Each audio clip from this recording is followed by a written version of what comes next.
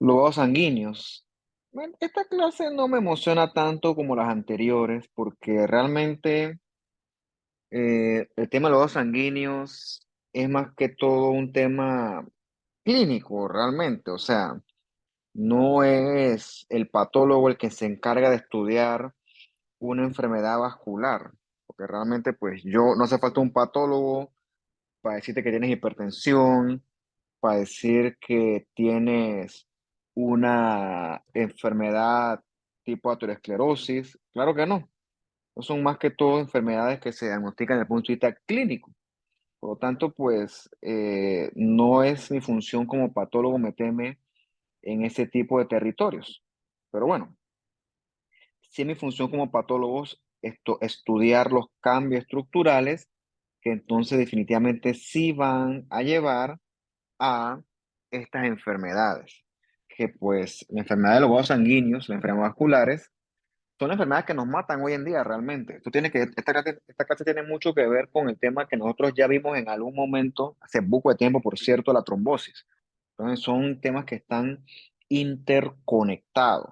Dice aquí, ¿no? Son de las más letales. Realmente toda la enfermedad cardiovascular, como dice el apellido vascular, tiene que ver con vasos sanguíneos, ya sea el asunto arterial o ya sea venoso. Vamos a ver enfermedades de acuerdo a sus tipos de orígenes vasculares, que repito, todo esto se correlaciona estrechamente con el tema de la trombosis. Entonces, pues tienes que recordarte el tema de la anatomía del corazón. Corazón derecho, que recibe la sangre de las venas cavas, a la aurícula derecha. Eso se bombea al ventrículo derecho y de ahí eso pasa a las arterias pulmonares y sus correspondientes ramas. Todo esto es desoxigenado hasta el momento. Se oxigena esa sangre en los pulmones y se regresa a la aurícula izquierda vía las venas pulmonares. De ahí se bombea eso al ventrículo izquierdo y de ahí vía la aorta al resto del cuerpo. Y entonces en los capilares se realiza el correspondiente intercambio gaseoso y regresa la sangre entonces venosa desoxigenada de vuelta al corazón. Una cuestión básica pues que hay que manejar hasta este punto. ¿Por qué los vasos dan problemas? Porque los vasos se obstruyen. ¿Ok? Tal cosa como ruptura vascular, etcétera, eso es dramático, pero eso es raro que ocurra. No es la norma. Pero obstrucción de un vaso sanguíneo, eso sí mata gente por cantidades industriales. Entonces, para recordar esto o para retomar este tema, hay que recordar el contexto histológico de las arterias y las venas. Porque la arteria tiene mucho más músculo porque son las que se encargan de mantener la presión arterial junto con sus respectivas, perdón, capas de láminas elásticas. O sea, en la arteria el flujo sanguíneo es mucho más violento, es mucho más caótico.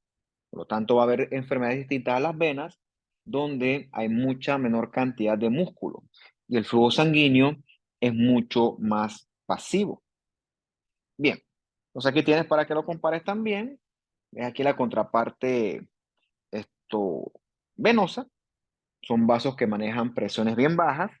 Por lo tanto, el flujo sanguíneo, como te dije anteriormente, es más pasivo, si así lo quieres ver, ¿no?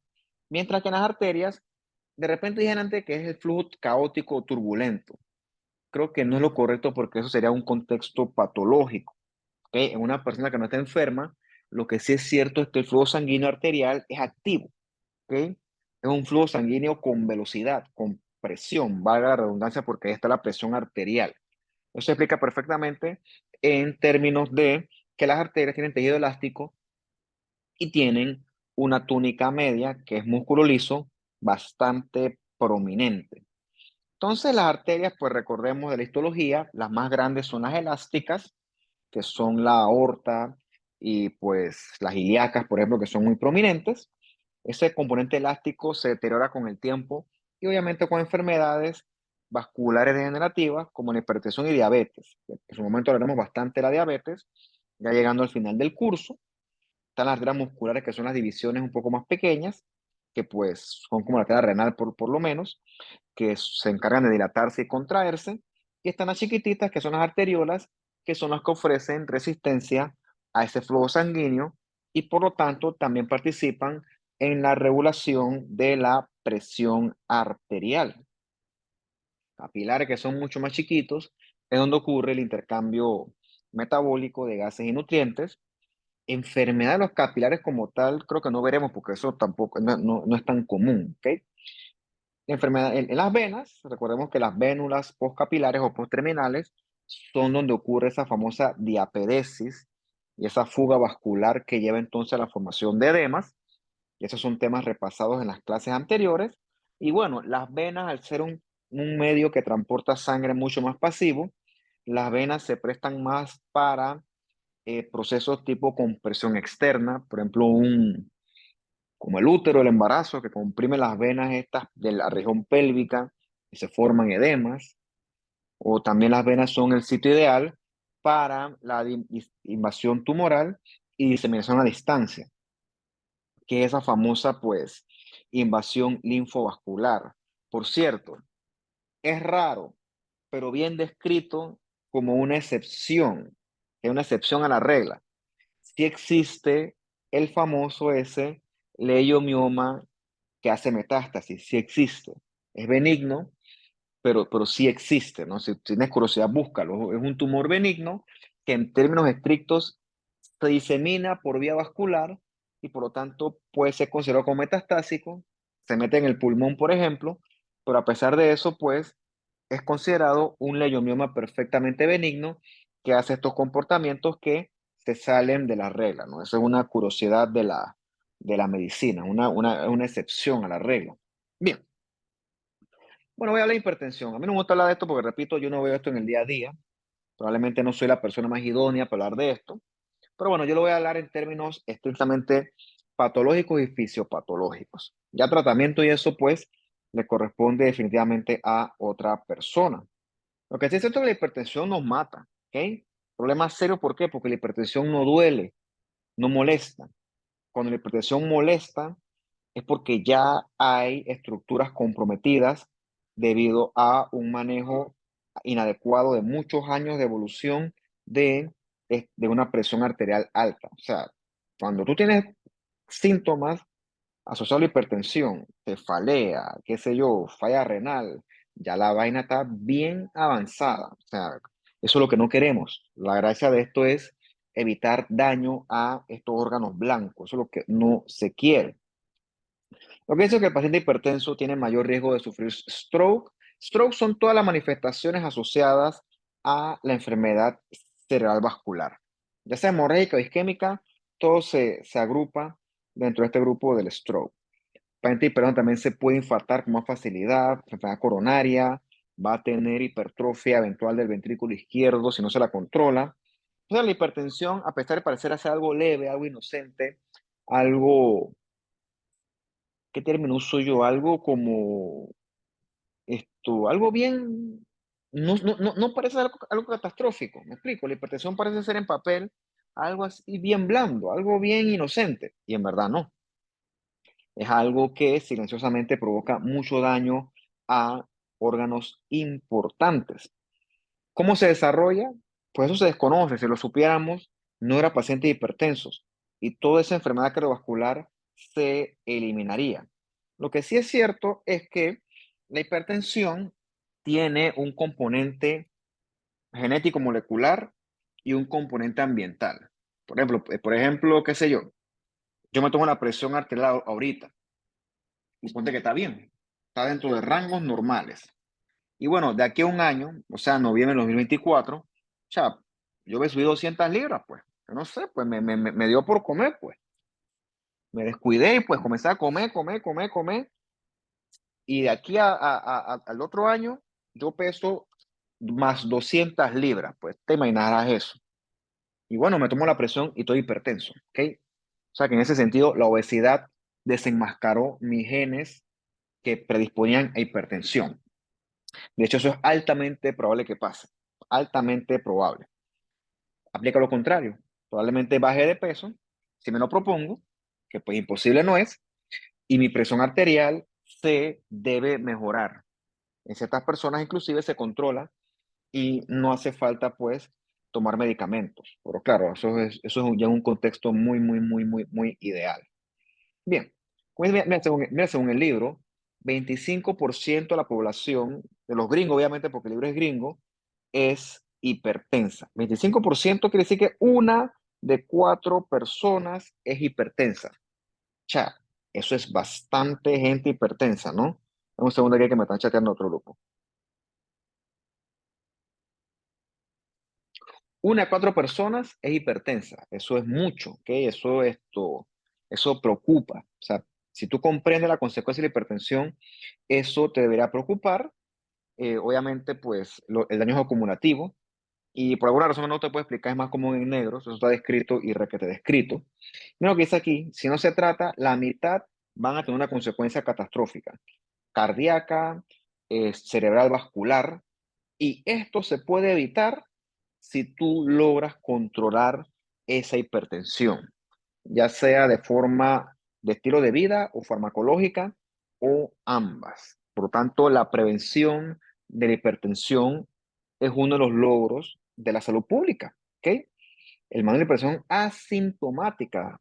¿Por qué? Porque no vamos a esperar a que esa hipertensión debute con síntomas. Si hacemos eso, pues fracasamos. Porque créeme que es mucho más caro reparar a un paciente con una obstrucción vascular, ya sea cerebral o coronaria, que darle medicamento todos los días o que baje de peso. En términos costo eficientes, costo efectivos, es mucho más barato prevenir que tratar y curar, mucho más. Supuestamente, según el libro, digo supuestamente porque pues, la estadística no aplica al 100% acá. Hay unos que hasta una hipertensión difícil, incontrolable, se mueren rápidamente. Se llama que hipertensión maligna. Por suerte, pues eso no es la norma.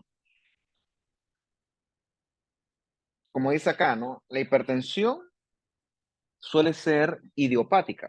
Quiere decir que el paciente lo estudiaron, le hicieron ultrasonido, le hicieron laboratorio, le hicieron, y no logramos determinar si hubo una causa determinable de esa hipertensión. Quiere decir eso.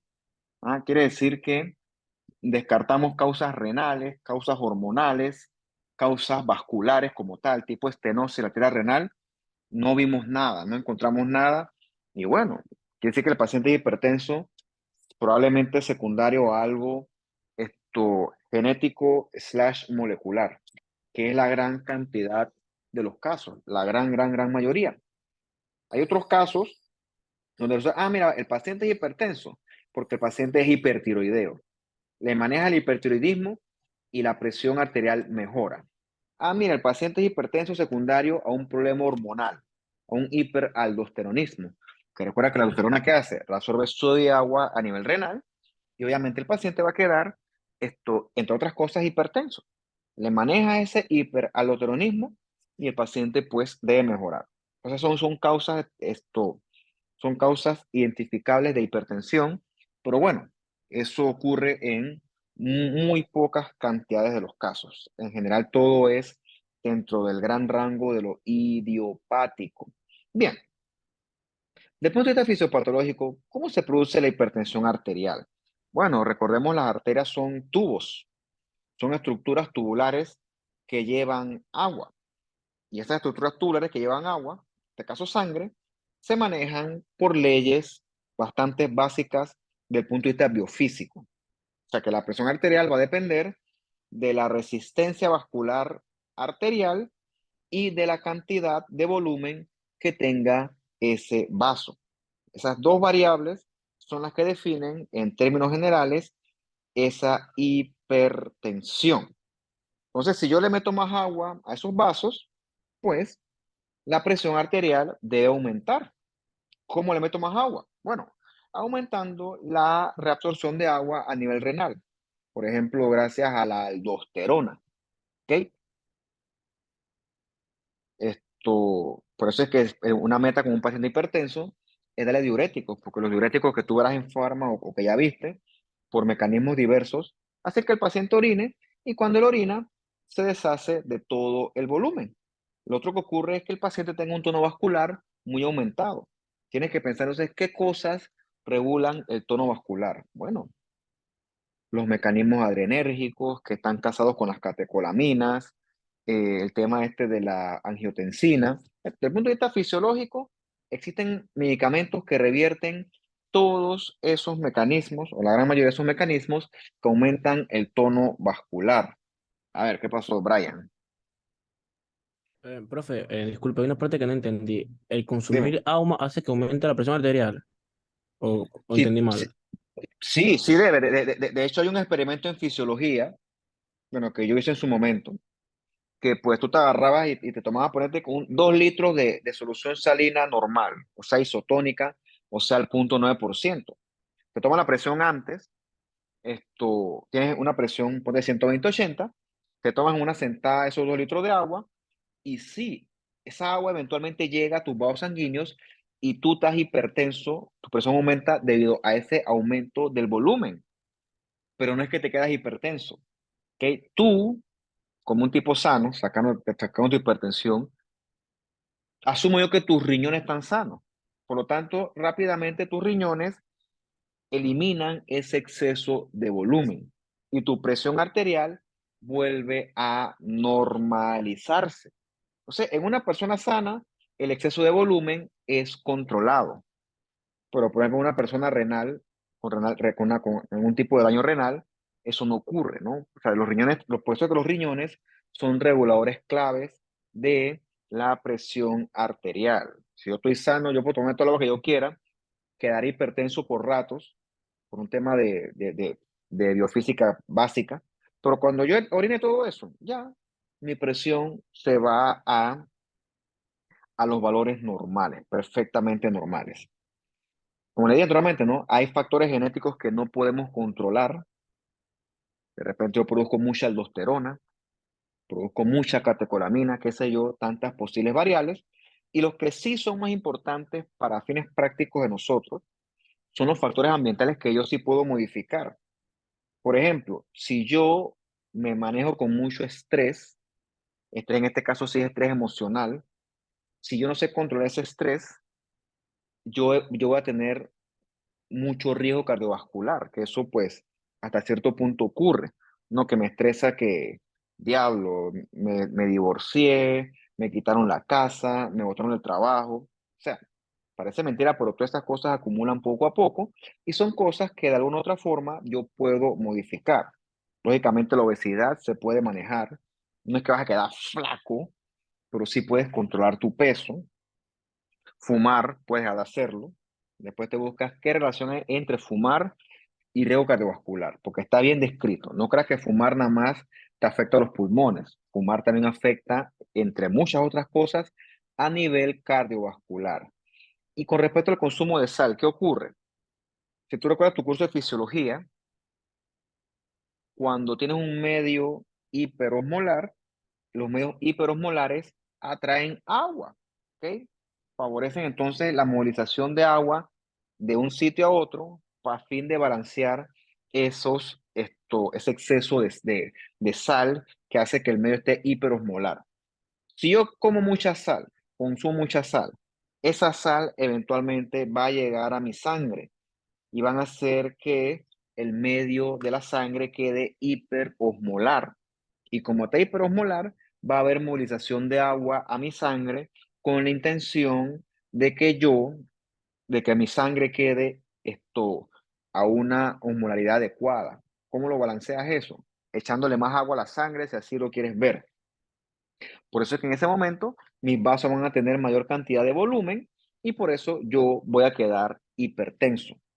Por un momento, porque repito, yo tengo mis riñones bien, mis riñones eventualmente van a agarrar ese exceso de agua y de sal y lo van a eliminar. Lo repito, eso ocurre en una persona sana. En una persona enferma, esos mecanismos de regulación están obviamente pues alterados. Por eso es que el paciente cardiópata tiene que regular el consumo de sal, porque él no maneja bien esos volúmenes y entonces eso le va a causar más daño. Es por un tema fácil de osmolaridades que asumo que usted repasó con mucho más detalle en su parte de líquidos y electrolitos. Bien, Vamos a hablar de lo que se llama, llevar el grueso más importante de la clase, que es la enfermedad tipo ateroesclerosis. ¿Ok? Se cree que esa aterosclerosis ocurre en base a la lesión vascular. O sea, es el evento cero de esta formación de esta placa de ateroma. ¿Por qué ocurre lesión vascular? Es la pregunta difícil de contestar. Tiene muchas razones, inmunológicas, hemodinámicas. Eso es lo que pues no podemos contestar porque si podemos contestar eso, esto no ocurriría.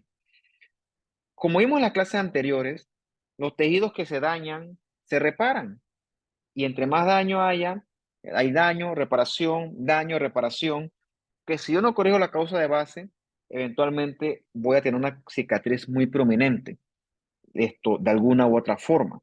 Entonces, esa cicatrización anormal de un vaso que se lesiona constantemente lleva a que las propiedades hemodinámicas del vaso se alteren.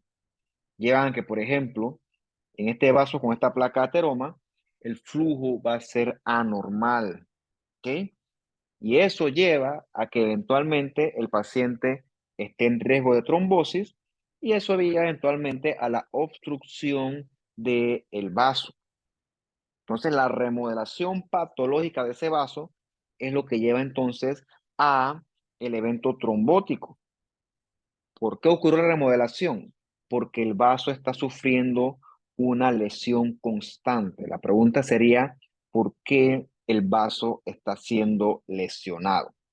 Bueno, el punto es que esta lesión va a llevar entonces a que se altere mucho la matriz extracelular de este vaso. El músculo también se altera y esos tejidos, una vez que están alterados, que están lesionados, tu cuerpo va a tender a reemplazarlos y repararlos. En este caso en exceso. Y eso va a llevar a que se ponga demasiada gruesa la pared vascular.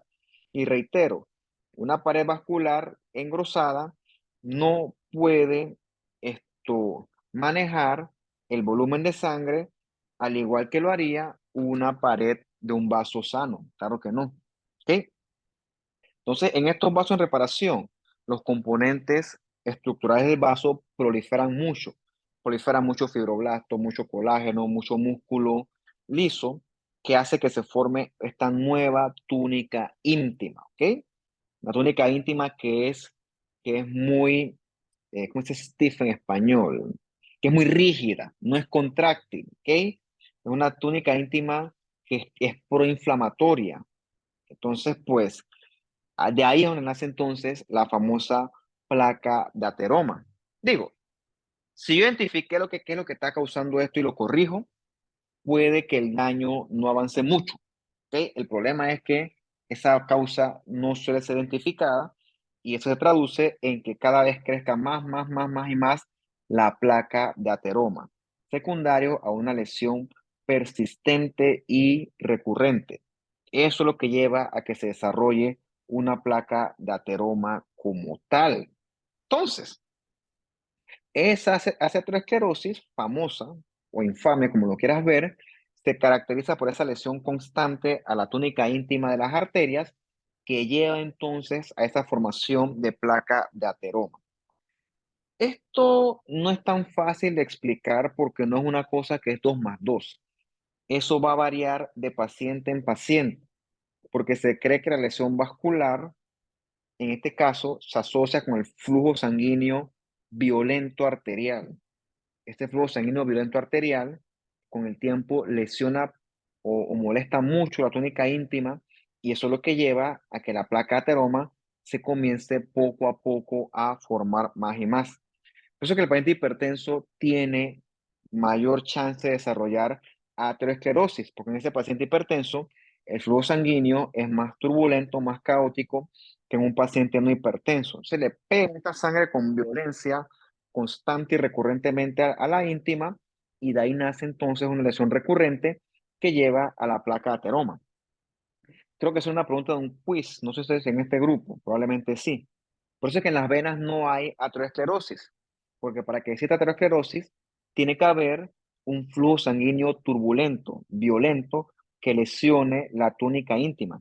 Como en las venas el flujo es lento y es pasivo, entonces en las venas no se forman como tal placas de ateroma. O sea que las placas de ateromas que nosotros conocemos son placas que se forman en las arterias. Y cualquier arteria, por cierto, no solamente las coronarias. Esto es una aorta, perdón, que está harta, que está llena de placas de ateroma. Entonces, por culpa de esa placa de ateroma, viene la enfermedad que nos mata, ya sea coronaria, ya sea cerebral, o que ocurra en las arterias periféricas. También este dibujo, en esta arteria que está con esa placota ahí, la gran placa de ateroma, obviamente el flujo sanguíneo va a ser violento, va a ser turbulento, va a ser anormal.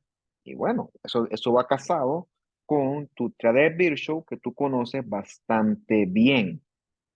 Entonces, esa aterosclerosis que comienza como algo inocente, es una causa importante de enfermedad y muerte en los países desarrollados. ¿Y por qué? ¿Por qué desarrollados? Porque esto está casado con nuestra clásica dieta hipercalórica, donde el exceso de grasa va a parar a muchos lados, incluyendo nuestras paredes de nuestras arterias.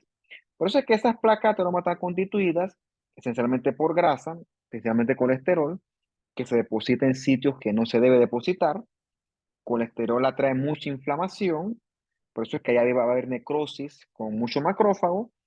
Entonces, como los macrófagos inflaman, eventualmente se cicatriza, por eso es que va a haber mucho tejido fibroso y esto va a seguir creciendo mientras tú le estés echando más y más colesterol, más inflamación, con más fibrosis va a haber y eso se traduce en una placa de ateroma cada vez más y más grande que lleva a más obstrucción y lleva entonces a más flujo turbulento, que lleva a más chance de desarrollar una trombosis, que te va a llevar eventualmente a una potencial estenosis.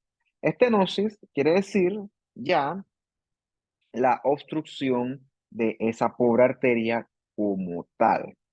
El problema de la placa de ateroma es que entre más crece, más afecta el flujo sanguíneo y más chance tiene de romperse. Cuando se rompe, o sangra, viene entonces la famosa trombosis que ya tú conoces bastante bien. La trombosis lleva súbitamente a una obstrucción del 100% del vaso y entonces en ese momento es que el paciente se infarta como tal. Cuando la obstrucción del vaso de la arteria se lleva a el 100%. ¿Ok? No es como tal la placa de ateroma. La placa de ateroma nunca va a llegar al 100% de la obstrucción. ¿Ok? Porque antes de eso la placa de ateroma se rompe y sangra y lo que lleva al 100% de la obstrucción es el trombo que está dentro de esa arteria. ¿Ok? Ese es el problema. O sea, todo esto es una cadena de eventos desafortunados que si no se manejan a tiempo van a llevar a la muerte del paciente.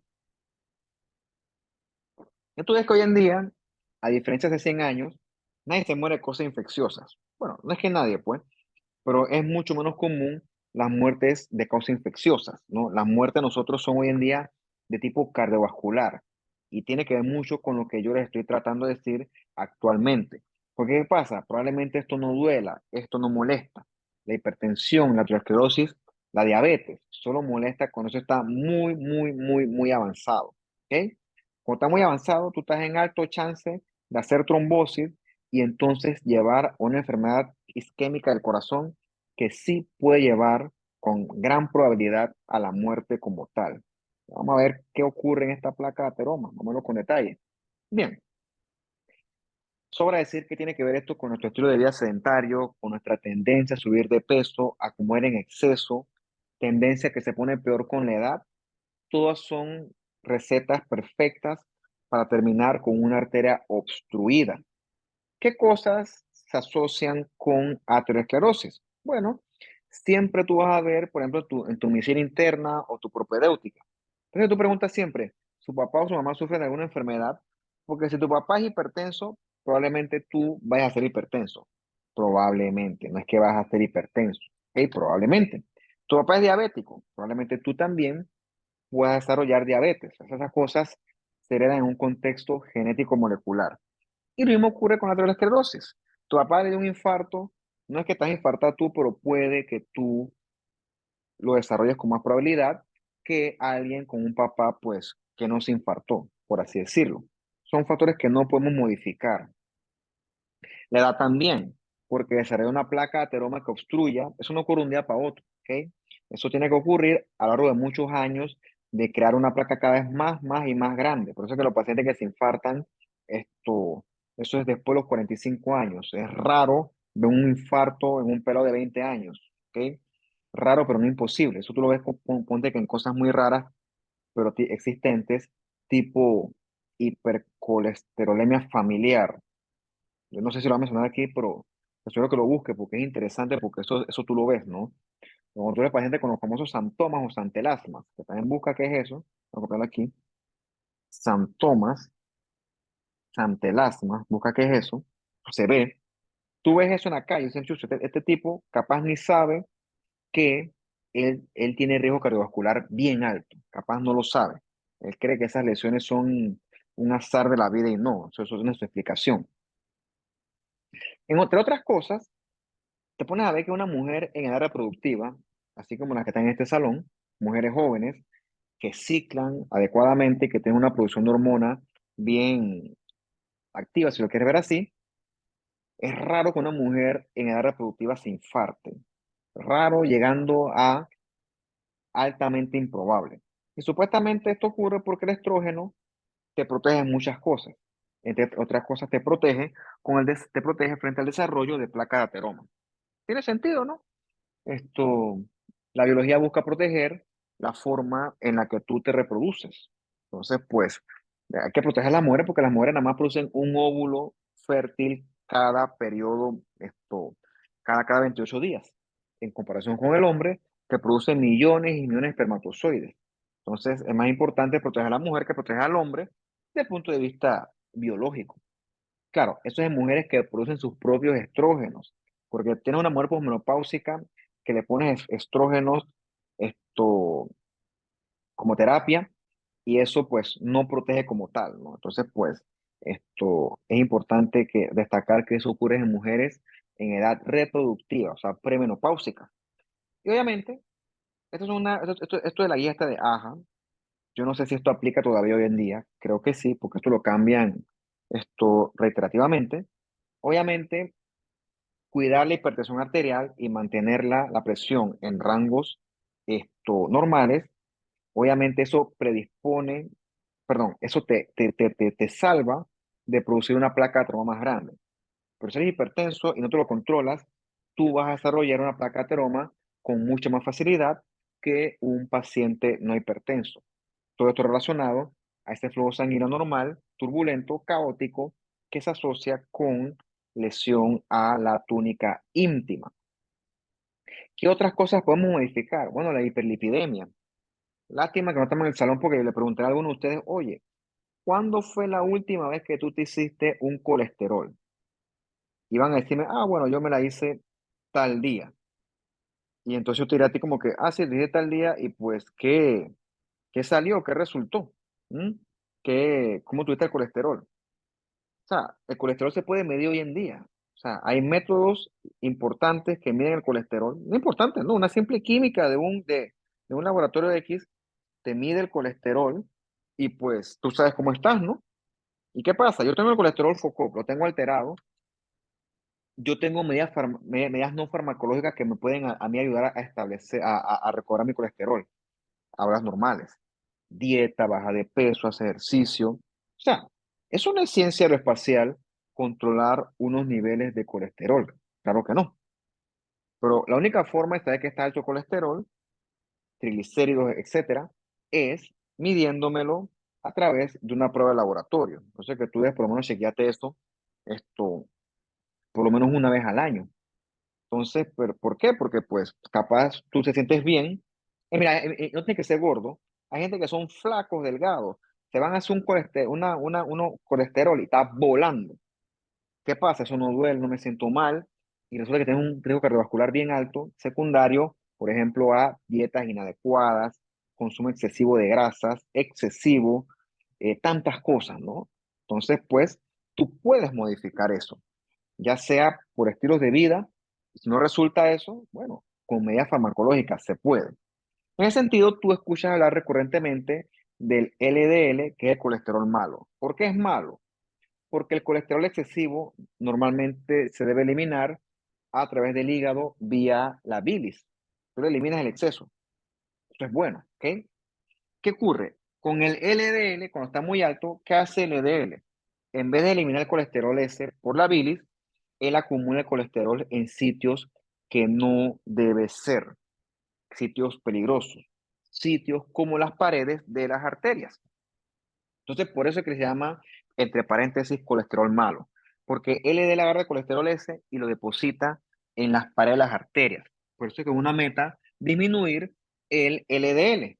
¿Por qué el HDL es el colesterol bueno? Bueno, porque HDL favorece movilizar el colesterol al hígado para que éste se excrete a través de la bilis. Por eso es que una meta es tener un HDL alto, ¿ok? Porque es el colesterol entre comillas bueno. Esto se puede modificar perfectamente a través de la dieta, ¿ok? Eso está demostrado. Pero lo que pasa es que yo sé que hacer dietas no es fácil. Yo te digo como que, mira, estás comiendo mucho, bájale, chuzo. En papel eso en papel es ejercicio, en papel suena algo fácil de hacer, en la práctica pues es totalmente distinto. Es decir, ven acá, tu dieta es inadecuada, comes demasiada grasa, o sea, ¿qué va a comenzar a comer por ensalada y pura cosa? Bueno, puede que lo hagas un mes, 2 meses, pero créeme que ahorita que viene diciembre, yo te decía en diciembre como que ven acá, vamos a hacer para diciembre una cena de Navidad pura ensalada. O sea, para decir como que ven acá, esto está loco, ¿no? Entonces por eso es que pues, en papel parece algo fácil, pero pues en la práctica es difícil. Y no me refiero a ensalada de papa, por Dios, que yo no sé por qué llaman eso ensalada. Esto de todo menos ensalada. Me refiero a ensalada de lechuga, tomate, que para fines prácticos, pues, ni queriendo porque ya ni hay, pues. Tira línea porque esto es un problema. También puedes, pues, aumentar el consumo de ácidos grasos beneficiosos. Son buenos, son positivos. Y puedes eliminar el tema de las grasas poliinsaturadas, que están sobre todo, por ejemplo, en la margarina, que es un alimento, pues, punto de vista fatal, ¿no? Un alimento que no se debe consumir. Asumo que eso lo habrán conversado ustedes en su curso ya de nutrición, ¿no? Esto no lo inventé yo, eso lo dice el libro, pues, y eso se repite en un montón de materias asociadas al tema este de medicina preventiva, salud pública, atención primaria, pues, que eso es lo que probablemente el 90% de ustedes les toca hacer el día de mañana. Lamento decirles que no todos pueden ser especialistas. Eso es una realidad. Bien, ¿qué otras cosas tú puedes modificar? Bueno, bájale al alcohol. O sea, decirte que no tomes nada de alcohol es como una meta irreal porque pues la abstinencia es radical y las cosas radicales nunca son buenas. O sea, es mentira de que viene Navidad y tú no te tomas ni siquiera una cerveza o una copa de vino, como que pues una, no- una no te va a matar. Me parece que una es ninguna, pues, pero pues dos, pues, una o dos, ya. No tienes por qué tomarte la caja entera ni la botella entera. Una, dos, tres quizás, pues, y ya estás cool. El problema, como siempre, es el exceso, ¿no? Controla la obesidad, controla tu HDL y tu LDL, y dejar de fumar si es una cosa que, pues, no hay tal cosa como fumar poco, ¿no? Fumar sí es de todo o nada, fumar siempre sí es malo. Eso es un vicio que, pues, la verdad, yo no puedo decirte que hay nada positivo de fumar. Eso, ahí sí no hay, ahí sí es radical la cosa, ahí sí no hay discusión. Y bueno, si tú logras en papel controlar esto, y ponte que eres disciplinado y lo estás haciendo, y bueno, hay veces, por ejemplo, por ejemplo, ustedes que son jóvenes, yo estoy seguro que si usted hace dieta, usted va a bajar de peso, ¿ok? Estoy seguro de eso, aunque le cueste. Pero una persona de 45, 50 años, su papá, que es ese papá jóvenes, pídele que bajen de peso y le va a costar mucho más que a ustedes, ¿ok? Dice, yo estoy haciendo dieta, estoy caminando más, dejé de estar tomando, y van 3 meses y chuzo, estoy igual. Quiere decir que esa persona, por su metabolismo, por tantas cosas, pues no es suficiente con el tema farmacológico, perdón, con el tema de estilo de vida, y ya toca entonces perdón, al tema farmacológico. Uno que son bien famosos son las estatinas, ¿no? Que asumo que usted ya escuchó en su curso de farmacología, siendo la más famosa, porque es eficiente y es barata, la simvastatina, o sea, es la estatina por excelencia, que ya tú sabes que estas estatinas lo que hacen es disminuir la producción hepática de colesterol, inhibiendo esa HMG-CoA reductasa. ¿Ok? Sirve bastante. cuando el paciente pues tiene problemas para controlar el colesterol como tal.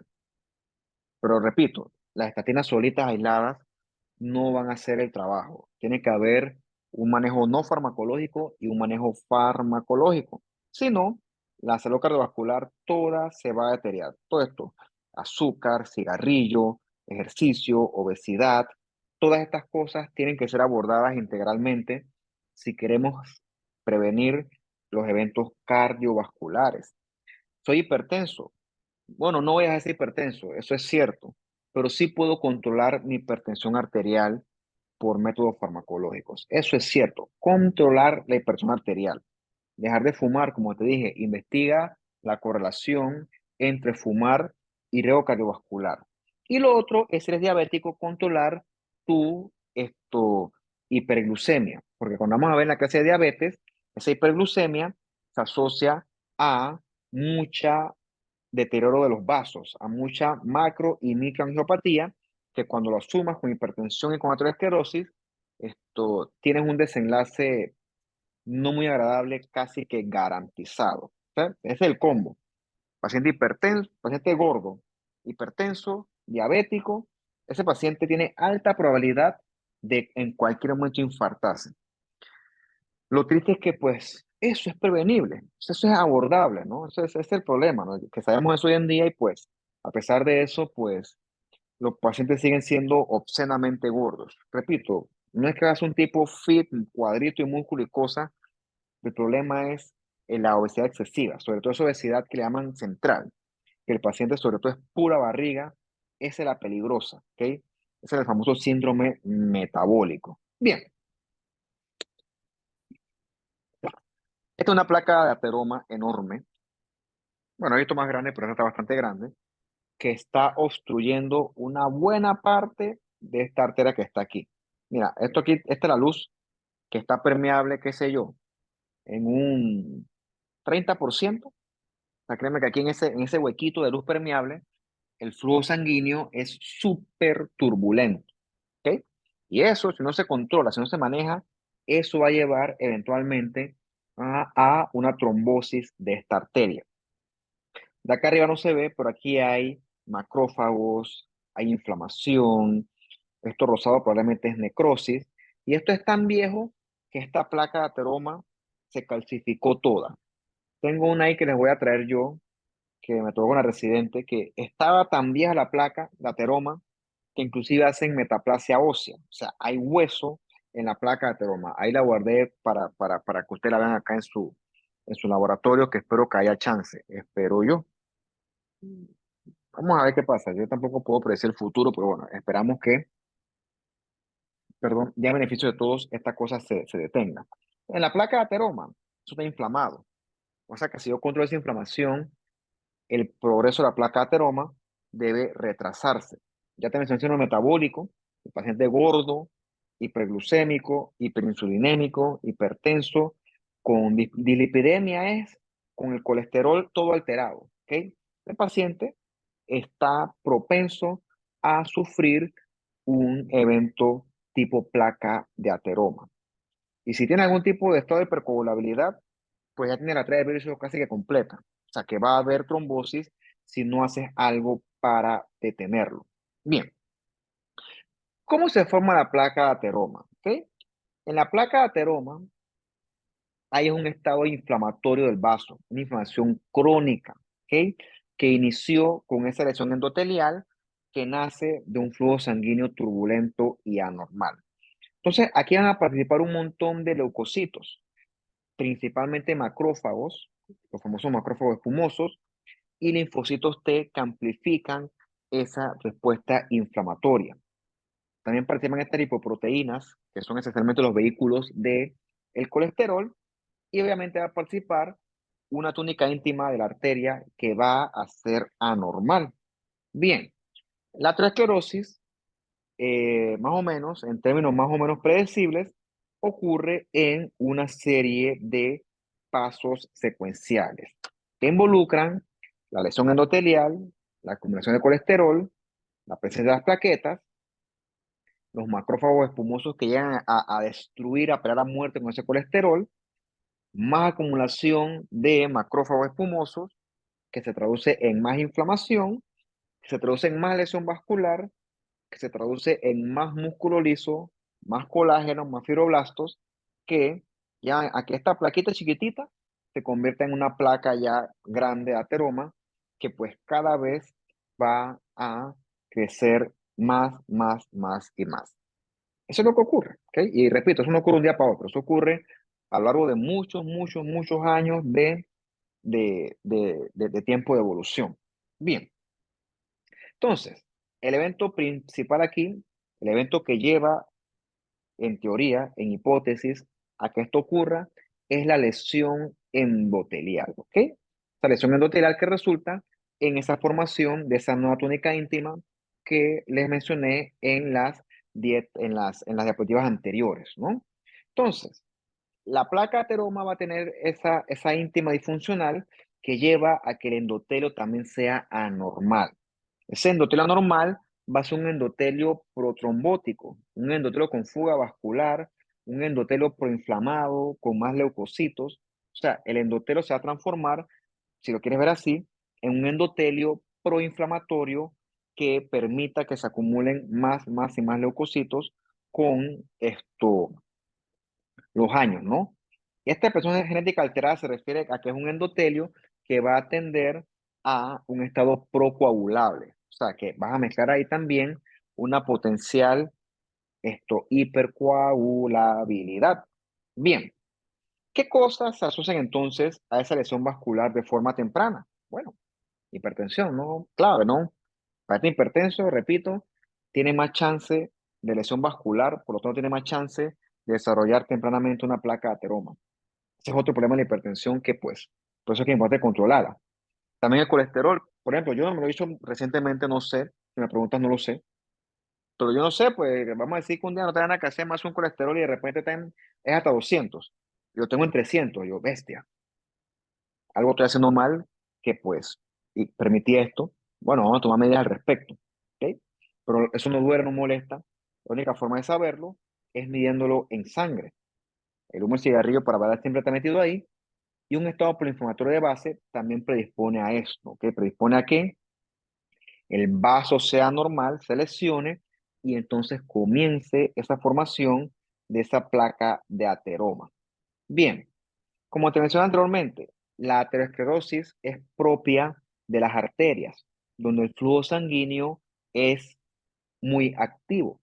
Y entre más crezca la placa de ateroma, más turbulencia va a haber. Mira esto, aquí el flujo sanguíneo es perfectamente normal y mientras más crece esa placa de ateroma, más turbulencia va a haber.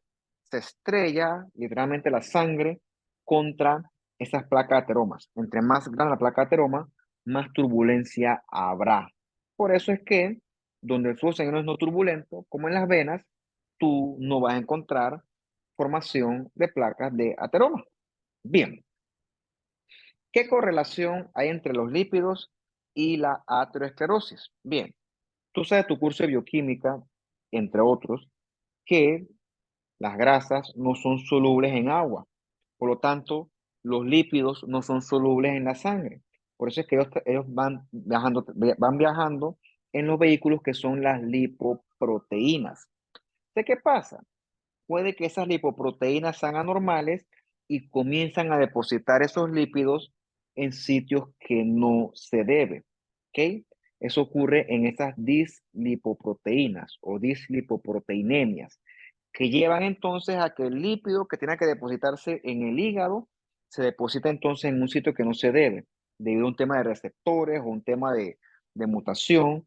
Y yo comienzo a depositar entonces mis lípidos en, por ejemplo, las paredes de mis arterias, ¿ok?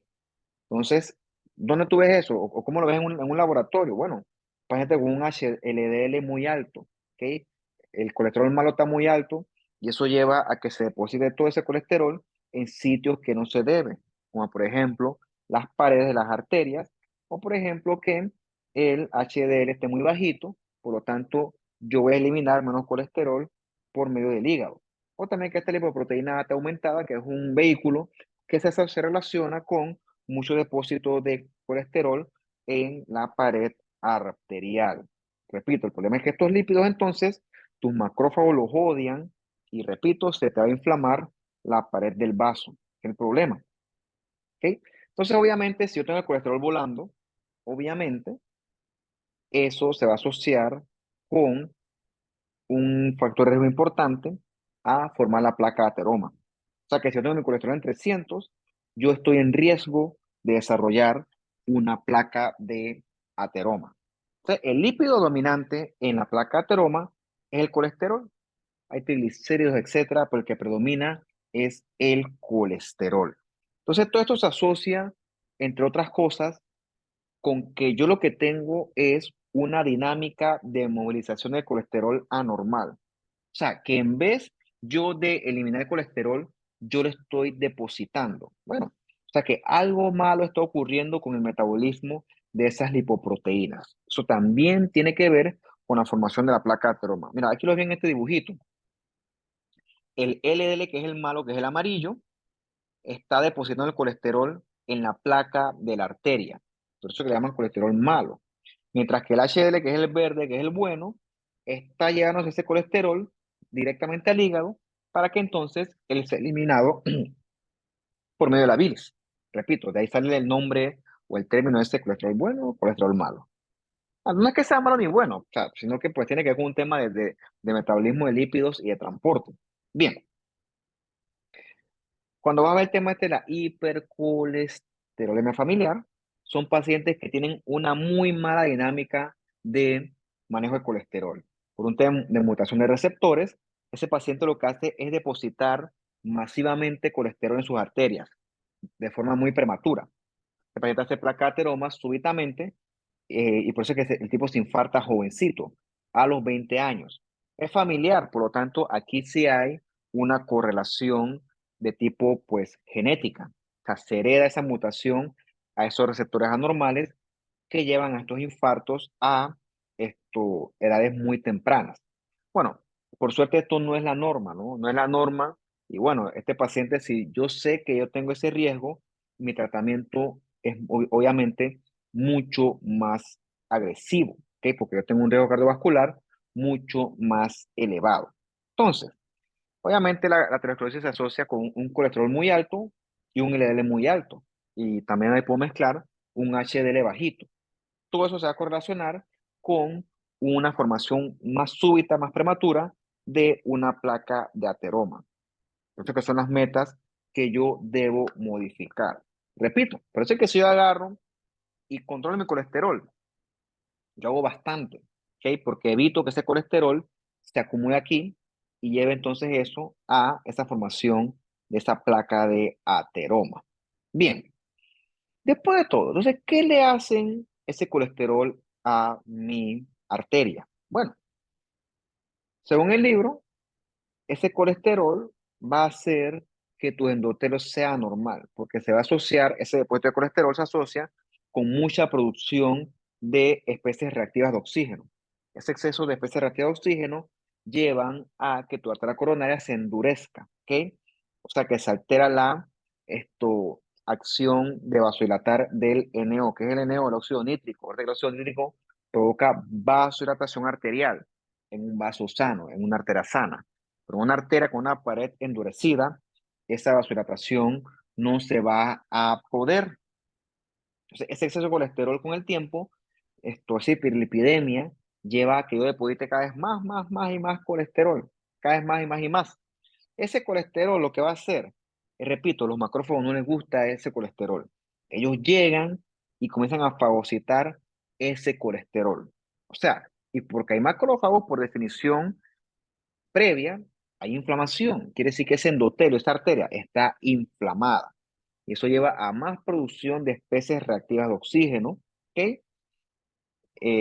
Y a más inflamación, que lleva a la fagocitosis de ese LDL, ¿ok? En este momento, se forma lo que tú conoces como el macrófago espumoso, que es un macrófago que está fagocitando colesterol. Entonces, en ese sitio llegan linfocitos, se producen muchas citoquinas proinflamatorias que atraen más macrófagos, más linfocitos. ¿Te acuerdas del sistema de respuesta contra respuesta? Sistemas de inflamación crónica que amplifican la respuesta inflamatoria. Entonces, ¿quién está gatilando esto? el exceso de colesterol. O sea que si tú no paras el colesterol, va a haber más y más y más inflamación con más y más y más macrófagos de tipo espumoso. Y curioso, como dice aquí, ¿no? El mismo LDL oxidado el mismo es tóxico a los tejidos vasculares. Ahorita más adelante les muestro los cristales de colesterol, ¿ok? Son estructuras que se asocian con más y más inflamación que terminan deteriorando y dañando más y más esa pared vascular de esa pobre arteria. Mira tú cómo quedó chiquitita la luz arterial. Todo esto es la placa de ateroma y ves esas ranuras blancas. Estas ranuras blancas son los famosos cristales de colesterol. Cuando tú ves esto, quiere decir que los macrófagos están peleando a muerte, literalmente están muriéndose peleando para destruir ese colesterol. Y eso es lo que se traduce, es en más inflamación de esa pared, de esa pobre arteria. Tanta inflamación, de tanto tiempo de evolución, que se forma esto que está aquí abajo, que es la calcificación. O sea que esto tiene poco tiempo de andar ahí existiendo. O sea, cuando tú ves eso es porque esta placa es vieja, ¿ok? O sea, esto no se controló, o sea, se podía controlar, pero ¿qué va? No se pudo. Entonces, en este dibujito tienes todo pues bien ejemplificado, ¿no? Llegó a la arteria tuya el colesterol, que probablemente vino de la dieta, dietas nuestras que son abundantes en colesterol, viene en un proceso de inflamación igualito al que conocemos nosotros en la clase anterior, los monocitos, y se bajan ellos aquí, en la pared arterial. Y aquí en este tejido se diferencian en macrófagos. Macrófagos que comienzan a comer colesterol que da miedo y toda esta región queda inflamada. En ese momento se diferencia el macrófago hasta foam cell. Foam cell es el macrófago espumoso, que cada vez hay más, más, más y más y más. Tanto así que en esa pelea interminable muchos macrófagos mueren y por eso es que tienes placa de ateroma con centros necróticos, ¿ok? Porque centros necróticos que atraen más inflamación. Una cosa es un círculo vicioso que lleva a que entonces proliferen malos componentes propios del vaso, prolifera músculo liso, prolifera colágeno, que lleva entonces a que esa placa de ateroma cada vez crezca más, más y más y más. Y repito, todo eso se traduce en mayor riesgo cardiovascular. O sea, es una cosa, pues, es inevitablemente un círculo vicioso, que probablemente tienes que parar el evento cero, que es el depósito de colesterol. Realmente eso sí se puede, pues, controlar. Ese montón de macrófagos van a hacer que haya mucha inflamación, ¿ok? Ese endotelios enfermo atrae más monocitos, más linfocitos T, que a su vez amplifican más y más esa respuesta inflamatoria vía mediadores proinflamatorios como interferón gamma, que a su vez, repito, hacen que la inflamación se prolongue cada vez más, más y más y más. Inflamación sobre todo de problema tipo crónico, con mucho macrófago. Todo ese daño a la pared vascular hace que los componentes proliferen más, más y más y más, y llevan a que reitero, esta placa ateroba con los años va creciendo y creciendo, y se traduce eso en más alteración del vaso sanguíneo con más flujo turbulento, que repito, hacen que esto con el tiempo se convierta en algo mucho más peligroso. ¿Ok? Entonces, se deposita más músculo liso, más materia extracelular y la placa de ateroma crece más, más y más. También, como es otro inflamado, se dan un montón de factores de crecimiento, como los que vimos en la clase de la reparación de los tejidos, que llevan a que se genere mucho colágeno aquí, mucho fibroblasto, que lo que hacen es esto favorecer que la placa crezca más. Hay abundante colágeno, abundante músculo isovascular que hacen que la placa crezca mucho, ¿ok? Bueno, en este punto se da una placa de trauma que le llamamos una placa de trauma estable. Esa en teoría es buena. No es buena, es mejor. En la otra clase del corazón, cuando se habla del infarto como tal, tú vas a ver que hay placas que son estables, que son más resistentes, que tienen mucho colágeno, que son menos propensas a romperse. El problema es la placa que es inestable, que tiene mucha inflamación, mucha necrosis, que se rompe con facilidad y que entonces es así cuando se rompe, lleva a sangrado, a trombosis y lleva entonces al infarto como tal. Entonces no queremos esa placa inestable, repito, porque esa placa inestable es la que se puede romper, puede sangrar y entonces es la que lleva a la formación del trombo como tal. O sea, imagínate la sangre pegándole con toda esa placa ateroma. Yo siempre me imagino como la corriente de un río con unas piedritas. O sea, te vas al río, haces una torre de piedritas y la corriente del río te tumba bajo tus piedritas, a menos que estas sean muy resistentes, que esté bien hecha tu represa. Pero si no está bien hecha, la corriente del río se la va a llevar. Es lo que ocurre acá.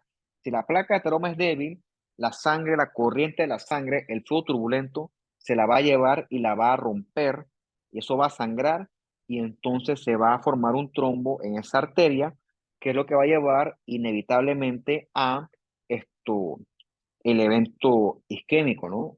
Que conocemos coloquialmente como infarto. En casos extremos también puede ocurrir embolismo de esa placa de ateroma, o sea, que se celebra un émbolo que sabe quién sabe dónde va a parar, mala para el paciente, y también puede dilatarse la pared arterial y formar un aneurisma. Bien, ¿qué cambio morfológico vemos nosotros en esta placa de ateroma? Bueno, de una forma inevitable, que hasta cierto punto es propio del envejecimiento, nosotros tenemos ciertos depósitos de grasa en las arterias que pues no tienen consecuencias clínicas porque realmente no alteran el flujo sanguíneo. ¿Ok? Eso es normal que ocurra con el envejecimiento. O sea que probablemente todos aquí, yo más que ustedes, todos tengamos algunos de estos depósitos de grasa a nivel arterial. ¿Ok? Que son macrofluiditos espumosos. Son chiquititos y por lo tanto no causan flujo turbulento, por lo tanto no te vas a infartar por eso. O sea, podemos decir que este es un cambio degenerativo que es esperado con la edad. No es peligroso. Lo que sí es peligroso con el tiempo es que le metas más y más colesterol a esa placa de ateroma y se acumulan entonces eso en tus arterias. ¿Ves estas lesiones blancas, amarillentas, cremas elevadas? Esas son las placas de ateroma que se rompen y se trombosan y se ven así chocolates, parches que repito, imagínate en esta arteria el flujo sanguíneo es mucho más turbulento, está lleno de macrófagos, de linfocitos, de colágenos, de sangrado, de hemorragia, o sea, es un desastre total, eso debido a esas placas de ateromas que tanto es inflamadas. Bien, una meta que otra arteria, ahora sí el punto de vista histológico, y ves que la luz está muy disminuida. Y aquí hay un montón de tejido conectivo, se ve rosado, ¿ok? Y hay también esto, calcificaciones. Todo esto se asocia con la formación de esa placa de ateroma. Si bajáramos más aquí y buscáramos, encontraríamos macrófagos espumosos, cristales de colesterol, linfocitos, sobre todo T. Todos esos son componentes que llevan a el desarrollo y progresión de esa placa de ateroma. Ya con más aumento, en la misma imagen, por cierto, ves estas cosas blancas, estas ranuras blancas, son los cristales de colesterol. O sea, esto es evidencia que aquí hubo una pelea a muerte entre macrófagos y colesterol. Y esto que está acá morado, basofílico, que no se corta bien porque eso es duro, ¿no? Eso es una calcificación. O sea, la placa de ateroma, cuando está calcificada es porque es chuzo. Esa placa de ateroma tiene buco tiempo creciendo y rondando por ahí. Cuando digo buco, es buco de tiempo. O sea, repito, eso no ocurre de un día para otro. La imagen no es buena porque la calidad está paupérrima, pero bueno, es para que veas el cristal de colesterol, cómo se ve, ¿no? Y aquí ves el montón de macrófagos espumosos diligentemente fagocitando todo el colesterol que puedan. Comen tanto que se mueren en el intento. ¿Y qué hacen? Atraen más, más y más. Es un círculo vicioso. Creo que es una buena forma de definir esto. Bien, el problema es que la placa de trauma crezca mucho, obstruye el vaso, me predispone entonces a un evento trombótico, y yo me infarte o me da una enfermedad cerebrovascular, o se obstruyan mis arterias periféricas y me da un pie diabético, o que se dilate la arteria aorta y tenga entonces yo un aneurisma. Esas son consecuencias a largo plazo que se asocian entonces con esta aterosclerosis. Obviamente va a depender esto del tamaño de la placa, del tamaño del vaso. Todo eso va a influir en el potencial desenlace. ¿Ok? Mira lo que dice aquí. Hasta un 70% yo tolero bien. Cuando llego a 71, entonces viene la angina. ¿Qué es la angina? La angina es ese dolor torácico que se asocia con la aterosclerosis. Cuando hay angina, quiere decir que yo hago algún tipo de esfuerzo, mi corazón demanda más sangre, pero la coronaria que está obstruida no le da o no le puede repartir la sangre que él requiere. Y eso duele, eso molesta. ¿Ok? El paciente que sube las escaleras, el tipo de chuleta, lo coge el dolor. ¿Ok? Le coge el dolor torácico, se llama famosa angina. Y se asocia eso con una placa de ateroma que no permite que se dilate el vaso ese, y por lo tanto no puede la aporte coronaria esa aportar lo que el corazón requiere. Angina, cuando es estable, que eso lo vamos a ver en la otra clase, cuando es estable el paciente reposa y mejora, porque la demanda disminuye. Pero el paciente vuelve a hacer esfuerzo y vuelve el dolor y lo coge. Que esa es la famosa angina que es estable, que es predecible con el esfuerzo físico. Lo repito, porque eso ocurre que tú estás bien tapado ya, 70%. El problema es que si no te duele, vas a seguir tú aportando a esa placa de ateroma y entonces viene lo que no queremos, que se rompa, se ulcere o sangre esa placa de ateroma, más cuando es una placa de ateroma que está aquí vulnerable, ¿ok? O esa que es inestable, que tiene mucho macrófago, mucho lípido y mucha necrosis. Una placa que es suavecita, que fácilmente la puede romper el flujo sanguíneo turbulento propio de la arteria.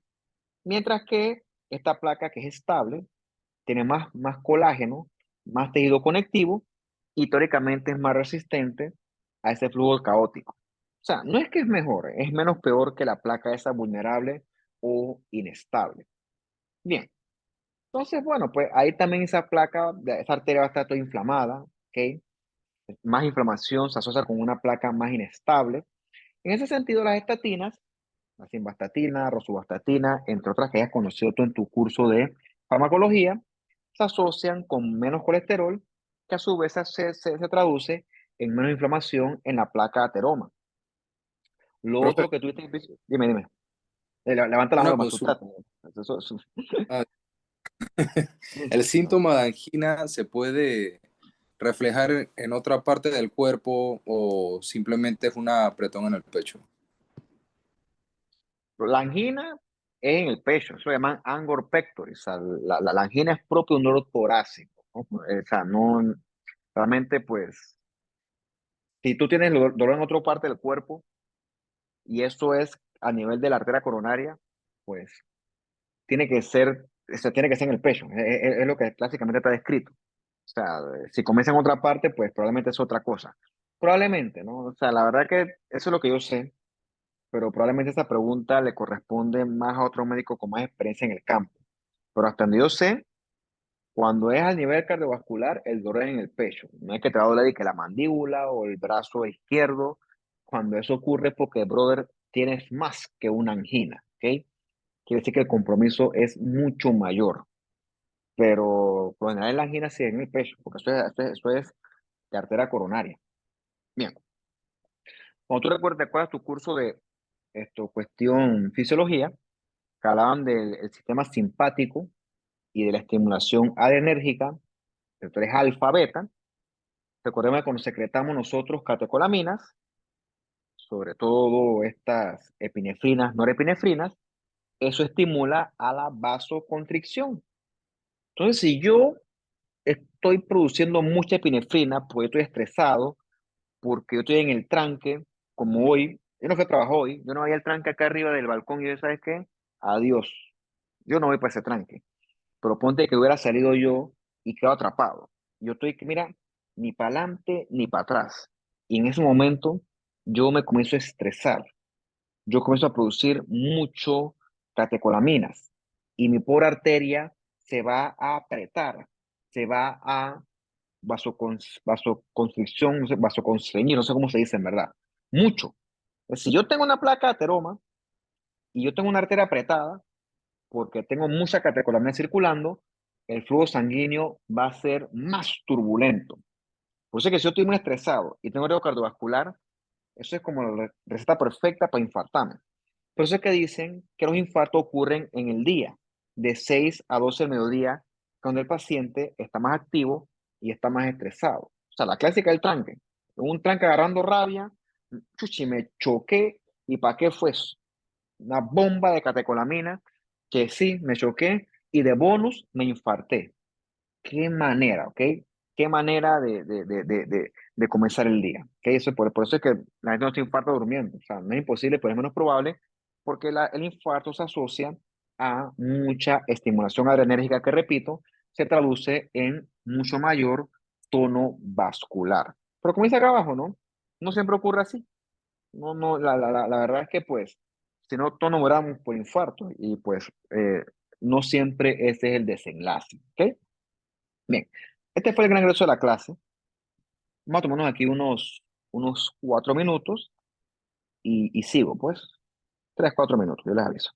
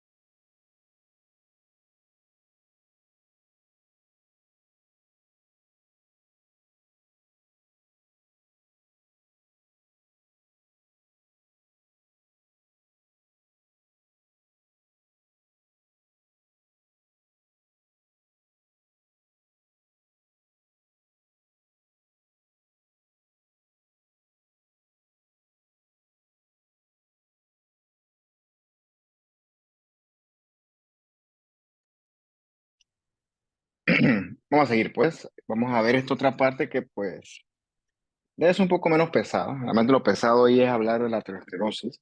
Vamos a ver alguna otra enfermedad que pueda afectar los vasos sanguíneos. Bien, un aneurisma, como creo que ya se ha mencionado en clases anteriores, me parece a mí, es, desde el punto de vista simplificado, una dilatación de las arterias. Es como la arteria blup, se infla, ¿no? Y ocurre, lógicamente, secundario a algún tipo de debilidad de esa pared arterial. ¿Qué lo debilita? Por ejemplo, algo del tejido conectivo como síndrome de Marfan, alguna vasculitis autoinmune, maybe algo infeccioso, no sé qué, pero tocaría investigarlo. Entonces, ese aneurisma se complica porque el problema es que en ese sitio la pared arterial, lógicamente, está debilitada. ¿Ok? Y como es más debilitada, más blandita, con el tiempo se puede romper y eso es peligroso, eso es catastrófico, por ejemplo, en un aneurisma de alguna arteria cerebral. O sea, eso es catastrófico porque probablemente hay muy poco que hacer allí. El otro problema es que en ese aneurisma la sangre arterial fluye caóticamente. O sea que son sitios de turbulencia sanguínea que también se asocia entonces a esto, algún tipo de riesgo de trombosis, de alguna u otra forma. Voy aquí rápido porque realmente estos son términos más de otras clases, ¿no? Ya eso son cosas tipo más cardiovascular como tal, no es tanto patología, pero es para que usted pues aumente su vocabulario, su glosario médico. Bien, lo otro que ocurre, yo nunca he visto esto, pero sí lo he visto, sí está descrito, es la disección aórtica. En esta disección aórtica se crea un tercer espacio en la arteria, ¿ok? Recuerda que la arteria tiene una túnica íntima, una media y una adventicia. Bueno, en algún sitio de esas capas que te mencioné, se forma un espacio que se llena de sangre y diseca los planos. Por eso es que se llama disección aórtica. Y se asocia de nuevo con enfermedad del tejido conectivo, del colágeno, etcétera, donde una que aplica bastante bien es el síndrome de Marfan. Y obviamente se asocia esto también con un flujo sanguíneo turbulento propio del paciente hipertenso. Es una urgencia porque se puede romper, eso el paciente le duele, como si están apuñalando, lo dicen. Eso hay que repararlo, ¿no? Porque no lo reparas, esto se va a llenar más y más y más de sangre y puede que esa disección crezca tanto que termine abriendo las paredes sobre todo de la aorta y entonces pues sobra decir que eso es casi que fatal. Bien, la vasculitis, que yo creo que se mencionaron en la clase del sistema inmunológico, si no me equivoco, obedecen a una razón autoinmune, ¿ok? Por lo general. La vasculitis recuerda la pared, sobre todo los vasos de la dermis, que ahí es donde más nos vemos nosotros, van a estar toda inflamada, con mucho neutrófilo, mucho debris neutrofílico y sobre todo mucha necrosis fibrinoide. ¿Mm? Entonces, esa es la famosa vasculitis leucocitoclásica. Vamos a escribírsela aquí. Vasculitis leucocitoclásica. Me lo copié mal. Clásica. Esto está lleno de neutrófilos, de debris neutrofílico. También coexiste con algunos linfocitos, macrófagos, pero es esencialmente una inflamación con predominio de neutrófilos y también es esperada en este tipo de vasculitis esa famosa necrosis fibrinoide. Ah, mira qué bien, ¿ves? Esto es una piel, obviamente, ustedes ya son expertos en la histología, pero es la dermis, de los vasos, una inflamación perivascular. Perivascular porque es inflamación que rodea a los vasitos sanguíneos. Y lo que predomina aquí es mucho neutrófilo. Hay mucho leucocito, pero reitero, lo que predomina es la presencia de neutrófilos. Y es que los vasos tienen como un recubrimiento o un reforzamiento eosinofílico. Esa es la famosa necrosis fibrinoide. ¿Ok? Entonces es clásico una vasculitis, crece una inmunofluorescencia y debes encontrar evidencia de depósitos que respaldan esta enfermedad de tipo autoinmune. Lo ves en lupus, lo ves en, por ejemplo, artritis reumatoide.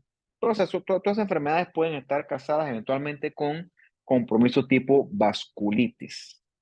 Entonces, esto que está aquí, desde el punto de vista patológico, morfológico, fuera del contexto clínico, que es variable, cuando yo veo esto, digo, mira, eso es una vasculitis leucocitoclásica. Entonces, pues, me tocó recientemente una de estas, ¿no? Una sospecha de granulomatosis con poliangitis. Esa es la que antes llamaban de que granulomatosis de Wegener. ¿Ok? Tarea para ustedes. Voy a copiar aquí en el chat. Granulomatosis, granulomatosis de Wegener. ¿Por qué no se llama así ya? Antes se llamaba así. Ahora se llama granulomatosis con poliangitis. ¿Por qué no se llama así? Se ve que estas enfermedades arteriales, o mejor dicho, vasculitis más que todo, pueden afectar arterias grandes, medianas, chiquitas, y son difíciles porque requieren mucho contexto clínico.